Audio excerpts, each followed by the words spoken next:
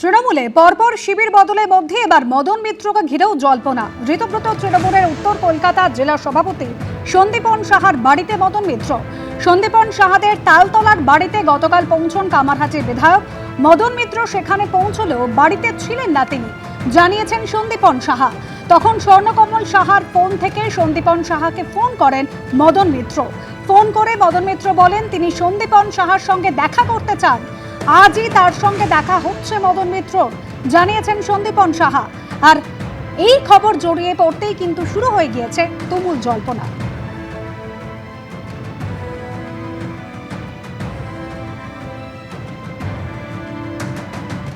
দেখুন, মদন মিত্র কালকে হঠাৎ করে আমার বাড়িতে আসে। আমি তখন বাড়িতে ছিলাম না।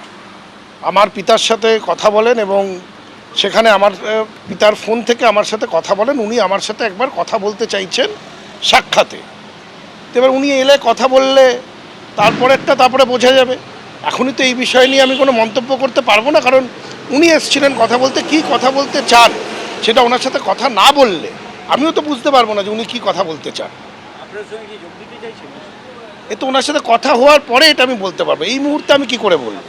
কেউ ফোনে কথা হয়েছে যে উনি আমার সাথে সাক্ষাতে উনি আমার সাথে দেখা করতে চান, দেখা করে কিছু কথা বলতে চান, সাক্ষাতে কিছু কথা বলতে চান।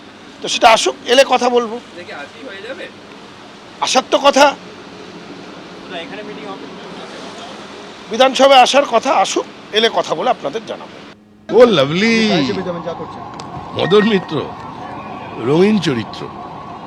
মদন মিত্র মানেই রং, মদন মিত্র মানেই প্রাণ, মদন মিত্র মানেই উন্মাদনা, মদন মিত্র মানেই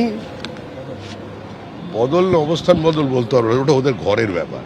তবে তৃণমূলের সৃষ্টি লগ্ন থেকে মদন মিত্র ছিলেন।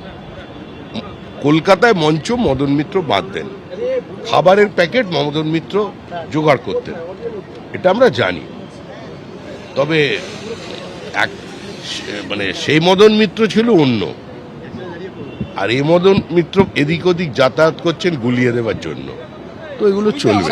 দল যখন নতুন তৈরি হচ্ছিল তখন মমতা বন্দ্যোপাধ্যায় এনডিএর সঙ্গে ছিলেন। সেই জোটেই ভোটে জিতে মন্ত্রী হয়েছিলেন।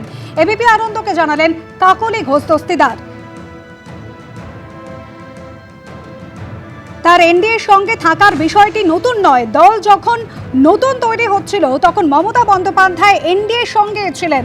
এবিপি আনন্দকে জানালেন কাকলি ঘোষ দস্তিদার। প্রথমত 19 তারিখ তো একটা সরকার সর্বদলীয় বৈঠক ডেকেছে। সেক্ষেত্রে আপনাদের যে 20 জন সাংসদ, আপনাদের স্বীকৃতি কবে হবে এবং কবে থেকে আপনারা অফিসিয়ালি এনডিএতে বসবেন লোকসভায়? কেন 20 তারিখ থেকে স্টার্ট হচ্ছে সেশন।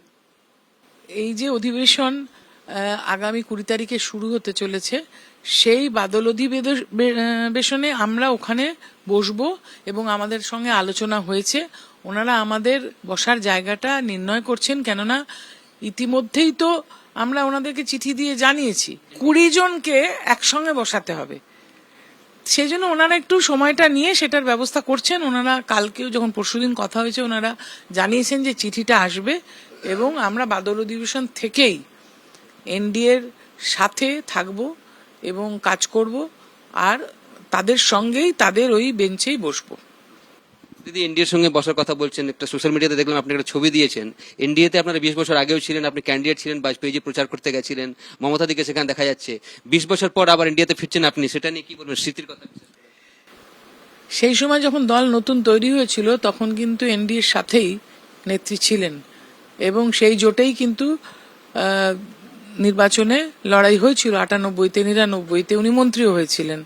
সুতরাং এটা নতুন কিছু নয় যে মমতা বন্দ্যোপাধ্যায় এনডিএর সঙ্গে ছিলেন, সেটা নতুন নয়। বারংবার তিনি কখনো এনডিএতে ছিলেন, কখনো আবার ইউপিএতে ছিলেন, মন্ত্রী হিসেবেও কাজ করেছেন।